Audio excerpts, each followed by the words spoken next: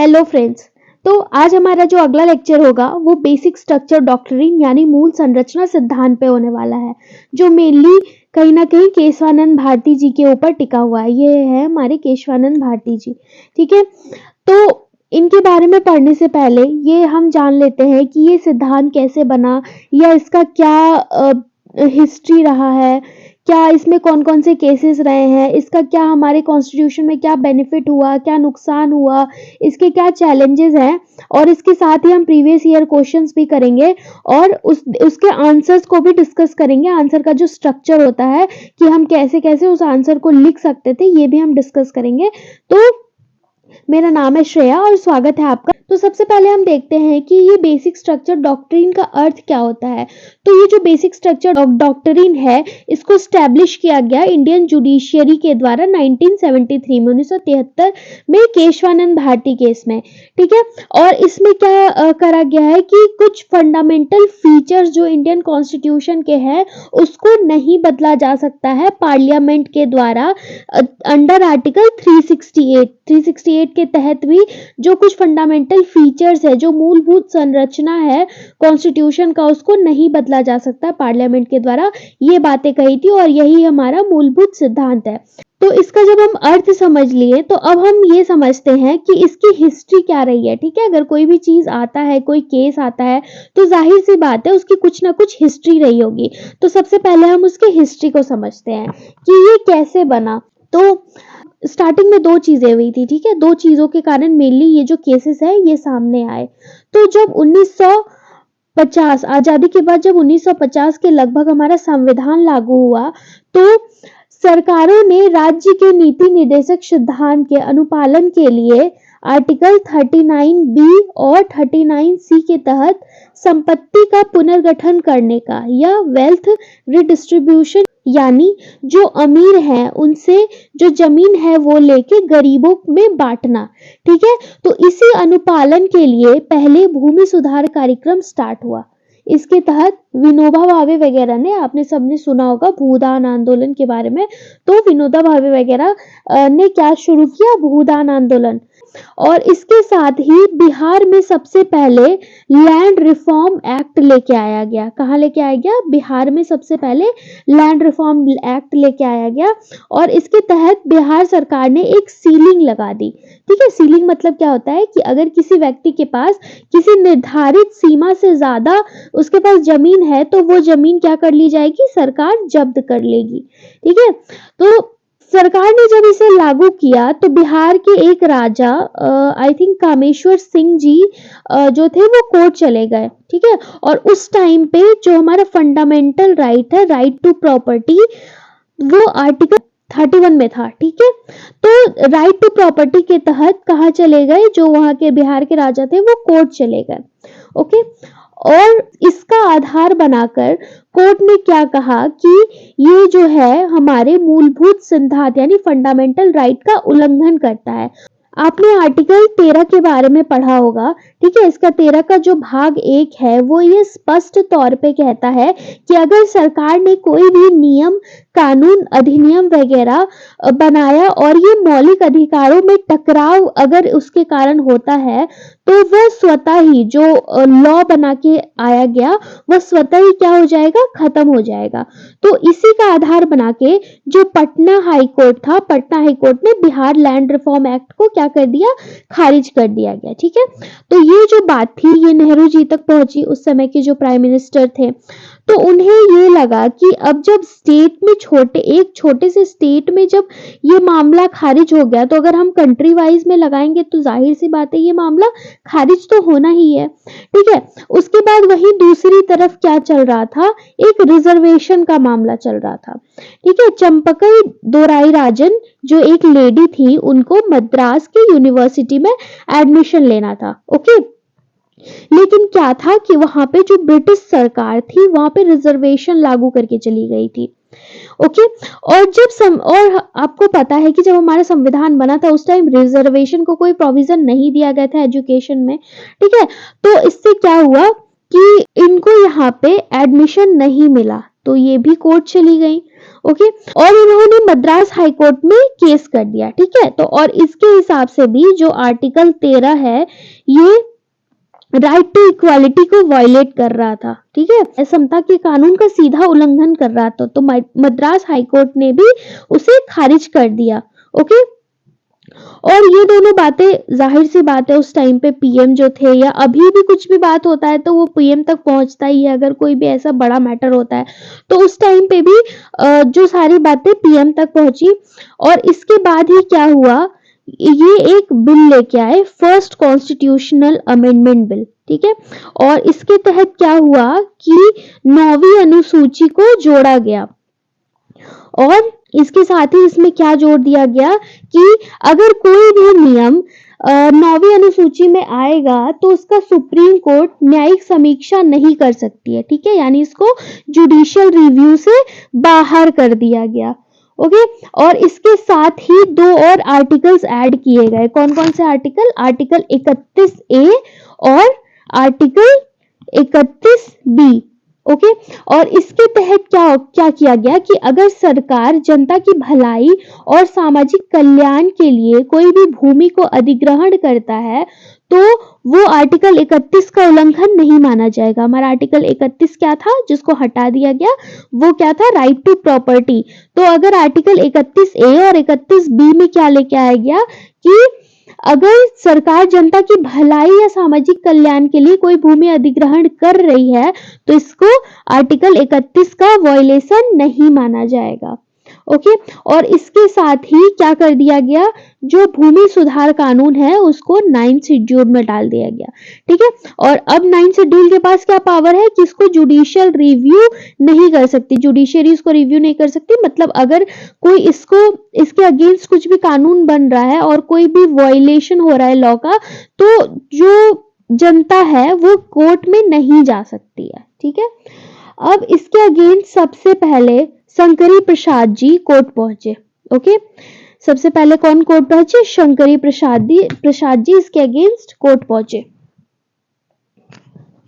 अब शंकरी प्रसाद जी ने क्या कहा, उन्होंने सुप्रीम कोर्ट से कहा कि जुडिशियल रिव्यू का क्लॉज जो ऐड किया गया है वो सुप्रीम कोर्ट की शक्तियों को कम कर रही है।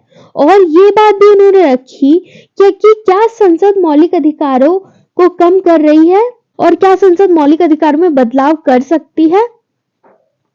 तो सुप्रीम कोर्ट ने क्या कहा कि पार्लियामेंट के पास पावर है कि वो आर्टिकल 368 के तहत संविधान संशोधन कर सकती है। ओके।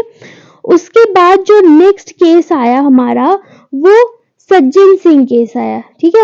सरकार ने जो इस नियम का, यहाँ पे जब शंकरी प्रसाद केस में पार्लियामेंट ने कह दिया कि ठीक है जो 9th शेड्यूल है वो जुडिशियल रिव्यू से बाहर रहेगा और पार्लियामेंट के पास पावर है कि वो आर्टिकल 368 के तहत क्या कर सकती है, अमेंडमेंट कर सकती है कॉन्स्टिट्यूशन में। ये दोनों बात कह दी तो अब सरकार जो है वो जोश में आ गई कि अरे भाई अब तो I am most powerful person in the world. Okay. तो अब क्या किया गया, जो 9th शेड्यूल है इसमें इसका फायदा उठाकर सरकार मतलब बहुत ज्यादा लॉज इसमें डालते जा रही थी। मतलब अप्रॉक्स आप समझिए 90 से ज्यादा इसमें लॉज डाले गए क्योंकि इसे न्यायिक समीक्षा से बाहर रखा गया था, ठीक है। और अगर ये मौलिक अधिकार से टकराव भी करती है तो इसे कोई फर्क नहीं पड़ता क्योंकि इसकी समीक्षा तो हो नहीं सकती और ना ही ये खारिज हो सकता है। इसके बाद आया सज्जन सिंह केस 1965। ओके। और इसमें सुप्रीम कोर्ट ने क्या कहा कि संसद में जो संविधान संशोधन का जो पावर है वो है उसके पास और इसको भी कुछ भी चेंज नहीं किया गया, ठीक है। कि नहीं 9th शेड्यूल ठीक है न्यायिक समीक्षा से बाहर है और 368 के तहत ये पावर है कि जो सरकार है वो कॉन्स्टिट्यूशन को अमेंड कर सकती है। क्लियर है। सज्जन सिंह केस में भी ये कह दिया गया और शंकरी प्रसाद केस में भी ये कह दिया गया। अब क्या हुआ कि अब सरकार और भी खुश हो गई कि चलो दो फैसले हमारे पक्ष में आ गए। अब तो और ज्यादा खुश हो गई सरकार और खुश होकर क्या किया, जितने भी नए लॉज बना रही थी स्टेट से रिलेटेड, सेंट्रल से रिलेटेड, सब वो किस में डालती गई, सब 9th शेड्यूल में डालती गई, ठीक है, क्योंकि आप सबको पता था इसको न्यायिक समीक्षा से बाहर रखा गया था, इसमें कुछ भी हो तो ये खारिज नहीं हो सकता। अब आगे क्या हुआ कि 1967 में इंदिरा गांधी जी की सरकार आई। ओके, और इसके बाद पंजाब में गोलकनाथ नाम के 2 भाई थे। ओके, और इनके पास लगभग आप सोचो 400-500 एकड़ की जमीन थी इनके पास। पंजाब का फर्टाइल लैंड, आप समझ सकते हो कि कितना ज्यादा वो मतलब इनका वेल्थ होगा। तो सरकार ने क्या किया कि भूमि अधिग्रहण करना शुरू कर दिया, और भूमि अधिग्रहण शुरू कर दिया तो लगभग इनके पास 50 से 100 एकड़ छोड़ के बाकी इनकी सारी जितनी भी फर्टाइल जमीनें थी या जो भी नॉन फर्टाइल फर्टाइल व्हाटएवर सब ले लिया गया। ओके, और उन्होंने क्या किया, अब अगर किसी की जमीन ले ली जाएगी तो जाहिर सी बात है वो हाथ पे हाथ धरे तो बैठे नहीं रहेंगे। तो अब ये पहुंचे चंडीगढ़ हाई कोर्ट। ओके, अब चंडीगढ़ हाई कोर्ट से ये केस ट्रांसफर हो गया सुप्रीम कोर्ट में। क्लियर है? अब सुप्रीम कोर्ट की यहाँ पे 11 बेंच की जजेस बैठाई गई। 11 बेंच की जजेस क्या होती है, मतलब इसकी सुनने के लिए, इसकी ये जो कार्यवाही है ये सुनने के लिए 11 जजेस वहां पे मौजूद थे। ओके, तो 11, और इन्होंने ये डिसीजन लिया कि जो फंडामेंटल राइट है वो सैक्रोसेंट है, यानी पवित्र दस्तावेज है। जैसे कि किसी एक समुदाय के लिए गीता हो सकती है, कुरान हो सकती है या बाइबल हो सकती है, तो वैसे ही जो हमारे कंट्री, हमारे देश के लिए जो सबसे पवित्र दस्तावेज है वो कौन सा है, वो हमारा कॉन्स्टिट्यूशन है, वो हमारा फंडामेंटल राइट्स है, और इसमें परिवर्तन नहीं किया जा सकता है। ओके, और इसके बाद दूसरी बात यह की गई कि आर्टिकल 368 के तहत जो संविधान संशोधन की शक्तियां दी गई है वो सीमित है, और आप इसका इस्तेमाल हर भाग में नहीं कर सकते हैं। और जो सुप्रीम कोर्ट है उन्होंने खुद ही जो अपना पुराना 2 केसेस में जो उन्होंने फैसला दिया था, शंकरी प्रसाद केस और सज्जन सिंह केस को, कि ये गोलकनाथ केस के टाइम पे इनको अपने फैसले को चेंज कर दिया। ठीक है, इसमें क्या कहा गया कि ठीक है सरकार के पास शक्तियां तो है 368 के तहत कॉन्स्टिट्यूशन को अमेंड करने का, लेकिन जो ये शक्तियां हैं ये असीमित नहीं है। ठीक है, कि ऐसा नहीं है कि आप कुछ भी कभी भी चेंज कर दोगे, ये शक्तियां क्या है, सीमित शक्तियां हैं। उसके बाद फिर क्या हुआ कि इंदिरा गांधी जी को ये बात बुरी लग गई, है ना, इंदिरा गांधी बॉस लेडी भाई, तो उनको ये बात बुरी लग गई। अब उन्होंने क्या किया, उन्होंने आर्टिकल 368 का इस्तेमाल करके आर्टिकल 368 को ही बदल दिया। ठीक है, आर्टिकल 368 क्या है, पार्लियामेंट के पास कॉन्स्टिट्यूशन अमेंडमेंट का पावर है, तो उन्होंने आर्टिकल 368 का इस्तेमाल करके 368 बदल दिया, और उन्होंने, और वो क्या लेके आई, 24th कॉन्स्टिट्यूशनल अमेंडमेंट एक्ट लेके आई, और उन्होंने पार्लियामेंट की शक्तियों को बढ़ा दिया और कहा कि पार्लियामेंट के पास संविधान संशोधन की असीमित शक्तियां हैं। मतलब पार्लियामेंट जब भी चाहे, कुछ भी चाहे, संविधान के कोई भी पार्ट को चेंज कर सकती है। ये किस में लेके आई, 24वें संविधान संशोधन में ये बात आ गया सामने। ओके, अब यहाँ पर क्या हुआ, जुडिशरी और पार्लियामेंट में क्या हो गया, टकराव हो गया। ठीक है, क्योंकि जुडिशरी क्या कह रही थी कि तुम्हारे पास सीमित शक्तियां हैं, और ये पार्लियामेंट क्या कह रहा था, नहीं मेरे पास असीमित शक्तियां हैं कि हम कुछ भी चेंज कर सकते हैं। ओके, अब इसके बाद फिर से क्या हुआ कि सरकार ने भूमि अधिग्रहण जो उनका था, वो जो प्रोसेस था वो चालू ही रखा।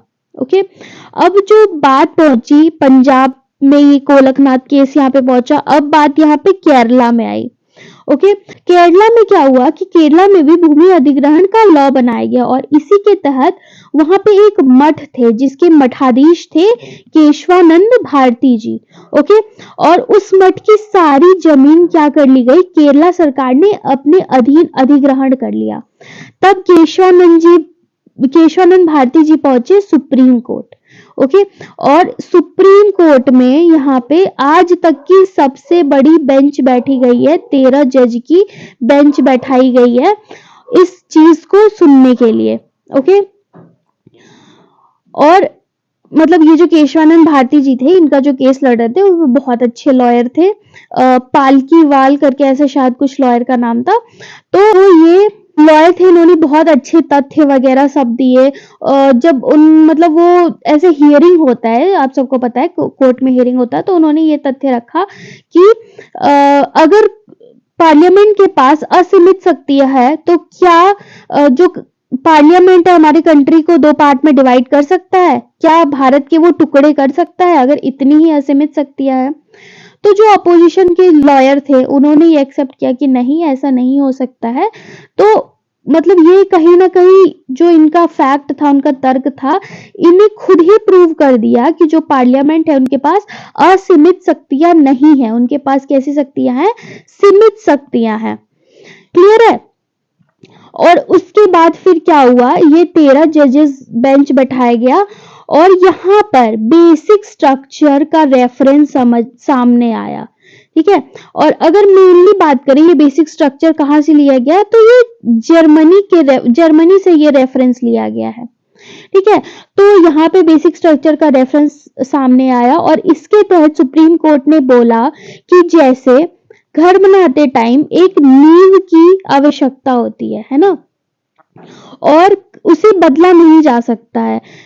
अगर हम अपना मतलब कुछ भी चेंजेस करना चाहें तो हम कुछ भी रूम तोड़ के बड़ा करवा लिए या इंटीरियर चेंज करवा लिए, अगर हमने नींव को कोई भी नुकसान पहुंचाया तो जो हमारा पूरा घर है वो क्या हो जाएगा? ढह जाएगा। ठीक है, तो वैसे संविधान के अंदर कुछ ऐसे आधारभूत हिस्से हैं जिसे कभी नहीं बदला जा सकता, और अगर संविधान उसे बदलने की कोशिश करेगी तो जो पूरा संविधान है वो क्या हो जाएगा? ध्वस्त हो जाएगा। क्लियर? और यहाँ पे बेसिक स्ट्रक्चर डॉक्ट्रिन का सिद्धांत दिया गया और ये तय किया गया कि संसद अनुच्छेद 368 या अन्य किसी भी तरीके से संविधान की आधारभूत संरचना को नहीं बदल सकता है। क्लियर? अब इन सारी चीजों में ये सवाल आया कि आखिर ये आधारभूत संरचना का ढांचा है क्या? क्लियर? उसके बाद जो सुप्रीम कोर्ट ने यहाँ पे मतलब सुप्रीम कोर्ट के सामने तो ये पहली बार ही आ रहा था।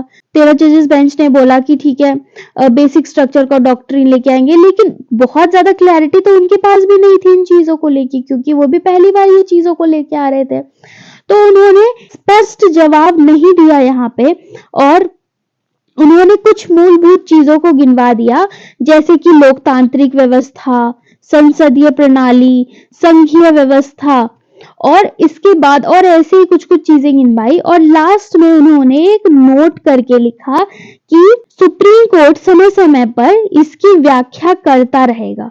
ठीक है, ऐसा नहीं कि बस इतना ही लिख के छोड़ दिया, इसमें लास्ट में ये लिखा कि आगे की नीड के हिसाब से, जरूरत के हिसाब से या सर्कमस्टेंसेस के हिसाब से सुप्रीम कोर्ट इस पे चीजों को ऐड करता रहेगा या चेंज करता रहेगा। क्लियर है? अगर हम इसके एग्जाम्पल में देखें कि और मतलब अभी रिसेंट में क्या चेंजेस या एडिशन हुआ है, तो 2015 में एनजेएसी बिल लेके आया गया था संसद के द्वारा। ठीक है, नेशनल जुडिशियल अपॉइंटमेंट कमीशन, और इसके तहत जजों की नियुक्ति करने की बात की गई थी। तो सुप्रीम कोर्ट ने जो जुडिशियल इंडिपेंडेंस है यानी न्यायिक स्वतंत्रता को इसमें मूलभूत ढांचे में ऐड कर दिया और ये बताया कि जो न्यायिक स्वतंत्रता है वो मूलभूत ढांचे का एक रूप है और इसमें आप कोई भी चेंजेस नहीं कर सकते। तो ये जो बिल लेके आया गया इसको नल एंड वॉइड यानी खारिज कर दिया गया। क्लियर है? अब इसके बाद क्या हुआ कि अब अभी अगर हम देखें कि जो बेसिक स्ट्रक्चर है, मूलभूत संरचना के जो तत्व हैं वो कौन कौन से हैं, तो सेक्युलरिज्म यानी धर्मनिरपेक्षता, सुप्रीमेसी ऑफ कॉन्स्टिट्यूशन यानी संविधान की सर्वोच्चता, sovereign democratic and republican nature of Indian polity, okay, independent of judiciary यानी न्यायपालिका की स्वतंत्रता, फेडरलिज्म, संघवाद, unity and integrity of nation, राष्ट्र की एकता और अखंडता, और ऐसे ही बहुत सारे जो सेपरेशन ऑफ पावर, शक्तियों का पृथक्करण, और ऐसे ही अलग अलग बहुत सारे जो डॉक्ट्रिन्स दिए गए, ये सब क्या है? बेसिक स्ट्रक्चर्स है हमारे कॉन्स्टिट्यूशन के। ओके, अब अगर हम इसके सिग्निफिकेंस यानी महत्व को देखें कि ये जो डॉक्ट्रिन ऑफ स्ट्रक्चर है इसके क्या महत्व है, क्योंकि आप देखते हैं अगर क्वेश्चंस आते हैं तो मेनली ऐसे ही आते हैं कि उसकी सिग्निफिकेंस क्या है या चैलेंजेस क्या है या उस फीचर्स क्या है। तो ये सब चीजें हम पहले से ही करके जाएंगे ताकि हमें एग्जाम में कोई भी परेशानी कोई भी दिक्कत ना आए। तो सबसे पहले हम सिग्निफिकेंस यानी महत्व की बात करें तो ये क्या करता है, प्रमोट करता है कॉन्स्टिट्यूशनल आइडियाज को। ठीक है, ये क्या करता है, संवैधानिक आदर्शों को बढ़ावा देता है। उसके बाद ये मेंटेन करता है सुप्रीमेसी ऑफ द कॉन्स्टिट्यूशन यानी संविधान की सर्वोच्चता को बनाए रखता है। और उसके बाद अगला जो इसका महत्व है वो क्या है, ये सेपरेशन ऑफ पावर लेके आता है यानी शक्तियों का पृथक्करण करता है। उसके बाद प्रोटेक्ट फंडामेंटल राइट यानी मौलिक अधिकारों की रक्षा करता है। ठीक है, और उसके बाद making the constitution a living document यानी संविधान को एक जीवित दस्तावेज बनाने में ये मदद करता है। उसके बाद अगर हम इसके फीचर्स की बात करें तो इसके फीचर्स में हम देखेंगे कि विकसित व्याख्या यानी मूल संरचना सिद्धांत स्थिर नहीं है। ऐसा नहीं है कि एक जो बात कह दी गई बस ये पत्थर की लकीर बन गई, नहीं, समय के साथ साथ ये विकसित होता रहेगा और नई व्याख्याएं संविधान के मूल्यों के प्रति सच्चे रहते हुए आधुनिक चुनौतियों का समाधान करने में मदद कर सकती है। ठीक है, नेक्स्ट हम देखें तो संभावित सुधार यानी संवैधानिक संशोधन के लिए न्यायपालिका और विधायिका के बीच सहयोगात्मक दृष्टिकोण बनाने में ये मदद करेगा। उसके बाद इसका वैश्विक प्रभाव भी है, तो ये न केवल भारतीय न्यायपालिका को प्रभावित करता है बल्कि ये अन्य देशों के ध्यान को भी आकर्षित करता है। क्लियर है। इसके बाद अगर हम इसके क्रिटिसिज्म यानी अगर हम इसके नेगेटिव पॉइंट्स को देखें कि ये कैसे हमारे जो कॉन्स्टिट्यूशन है या हमारे संविधान उसके लिए ये नकारात्मक प्रभाव डाल रही है। तो सबसे पहले हम देखते हैं कि जो जनता द्वारा निर्वाचित सरकार है उसकी शक्तियों में कमी की गई है, मतलब जनता के जनादेश के विरुद्ध दिखाई देता है कि सबसे ज्यादा पावरफुल किसको बनाया गया है, तो we the people of India. जब हमने प्रियम्बल पढ़ा था तो हमने देखा था, अगर आपने अभी तक प्रियम्बल वाला लेक्चर नहीं देखा है तो वो हमारा फर्स्ट लेक्चर है, आप एक बार उसको जाके जरूर देखें, वो आपके लिए बहुत ज्यादा हेल्पफुल होगा। तो जो हमारा प्रियम्बल है उसमें सबसे पहले यही बात की गई है, we the people of India. तो सबसे ज्यादा पावरफुल किसे बनाया गया, जनता को। तो जो जनता द्वारा चुनी गई जो जनप्रतिनिधि है उसकी क्या है, उसकी शक्तियों में कमी लाई गई है इससे। ओके, मूलभूत ढांचे का स्पष्ट व्याख्या न होने के कारण संवैधानिक गतिविधियां उत्पन्न होती है, मतलब क्लैरिटी नहीं दी गई है कि मूलभूत संरचना क्या है, लास्ट में नोट लिख के छोड़ दिया गया है ना, कोई बहुत ज्यादा क्लैरिटी नहीं दी गई है। उसके बाद क्या किया गया है, कार्यपालिका एवं न्यायपालिका के बीच टकराव बढ़ने की प्रबल संभावना रहती है क्योंकि न्यायपालिका इसको अपनी शक्ति के तौर पर उपयोग करती है, मतलब जुडिशियल ओवररीच हो गया। उसके बाद violation of separation of power, separation मतलब शक्तियों का पृथक्करण का उल्लंघन है। कैसे उल्लंघन है कि यहाँ पे जो ज्यादा शक्तियां हैं जुडिशरी ने अपने पास रख ली है और यहाँ पे पार्लियामेंट की जो शक्ति है उसको कम कर दिया गया है। क्लियर है। अब हम यहाँ देखते हैं कि ये जो डॉक्ट्रिन ऑफ बेसिक स्ट्रक्चर है वो इंडियन डेमोक्रेसी पे कैसे प्रभाव डालती है। तो हम देखते हैं कि बेसिक स्ट्रक्चर डॉक्ट्रिन जो है उन्होंने संविधान के मूल मूल्यों की रक्षा करने के लिए महत्वपूर्ण भूमिका निभाई है। ठीक है, जो संविधान का कोर वैल्यूज है उसकी रक्षा के लिए बहुत ही इंपॉर्टेंट कदम उठाए हैं कि इसके अंदर क्या है कि कोई भी अमेंडमेंट ऐसा लेके नहीं आया जा सकता है जो कॉन्स्टिट्यूशन के जो मूल ढांचे को ही खत्म कर देगा। ठीक है, इसके अंतर्गत क्या हो सकता है कि आप ठीक है आप बदलाव तो आर्टिकल 368 के तहत आप ला सकते हो, ऐसा नहीं है कि नहीं ला सकते। अब जैसे हम फंडामेंटल राइट्स की ही बात करें, ठीक है, तो ऐसा नहीं है कि कोई भी फंडामेंटल राइट में बदलाव आ ही नहीं सकता, बिल्कुल नहीं। आर्टिकल 14 और आर्टिकल 21 ये दोनों को बेसिक स्ट्रक्चर में रखा गया है। इसके अलावा दूसरे जो आर्टिकल्स हैं उसमें बेशक बदलाव लेके आया जा सकता है। तो आर्टिकल 368 के तहत आप बदलाव तो लेके आ सकते हो लेकिन उसके मूलभूत संरचना को आप नुकसान नहीं पहुंचा सकते। ठीक है, उसके बाद अगर हम देखें तो कैसे ये इम्पैक्ट करते हैं, तो मौलिक अधिकारों का संरक्षण करती है, नियंत्रण और संतुलन बनाए रखने का काम करती है, और न्यायपालिका को क्या करती है, सशक्त बनाती है। ठीक है, जुडिशियरी को क्या करती है, एम्पावर्ड बनाया है इसने। तो अब हम देखते हैं कि प्रीवियस ईयर क्वेश्चंस इस पे कैसे आए हैं। तो देख सकते हैं आप यहाँ पे, what do you understand by doctrine of basic structure, एकदम क्लियर कट क्वेश्चन है कि डॉक्ट्रिन ऑफ बेसिक स्ट्रक्चर से आप क्या समझते हैं। सबसे पहले हमने यहीं से शुरू किया कि क्या है डॉक्ट्रिन ऑफ बेसिक स्ट्रक्चर। उसके बाद क्या है, discuss it's evolution and significance in strengthening democracy, यानी मूल संरचना के सिद्धांत से आप क्या समझते हैं और लोकतंत्र को मजबूत बनाने में इसके विकास और महत्व पर चर्चा करें। तो डिस्कस इट्स इवोल्यूशन, इवोल्यूशन में क्या क्या करेंगे, हम केसेस को डिस्कस करेंगे। ठीक है, जैसे शंकरी प्रसाद, गोलखनाथ और सज्जन सिंह, केशवानंद भारती केसेस को तो करना ही करना, ये तो सबसे इंपॉर्टेंट है। तो हम इन केसेस को डिस्कस करेंगे और इसके बाद इसके सिग्निफिकेंस यानी महत्व की चर्चा करेंगे, जो सिग्निफिकेंस अभी हमने ऊपर डिस्कस किया। ठीक है, आई होप ये लेक्चर आपके लिए हेल्पफुल रहा हो।